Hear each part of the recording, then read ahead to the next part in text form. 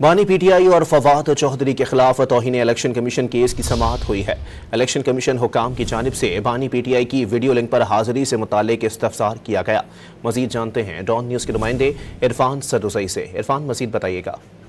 जी, आज मेंबर निसार दुरानी की सरबराही में 4 रुकनी बेंच ने इस केस की समाअत की और फवाद चौधरी भी इलेक्शन में पेश हुए। इसके अलावा बानी पीटीआई के जो वकील फैसल चौधरी और ये फवाद चौधरी के भाई हैं, ये बानी पीटीआई की जानिब से पेश हुए। आज फैसल चौधरी का मौक़िफ़ था कि उन्होंने इलेक्शन कमीशन को मुखातिब करते हुए कहा कि आपने बानी पीटीआई केस में वीडियो लिंक का ऑर्डर किया था और फवाद चौधरी का जो शोकाज का जवाब है वो भी उन्होंने आज जमा करवाया।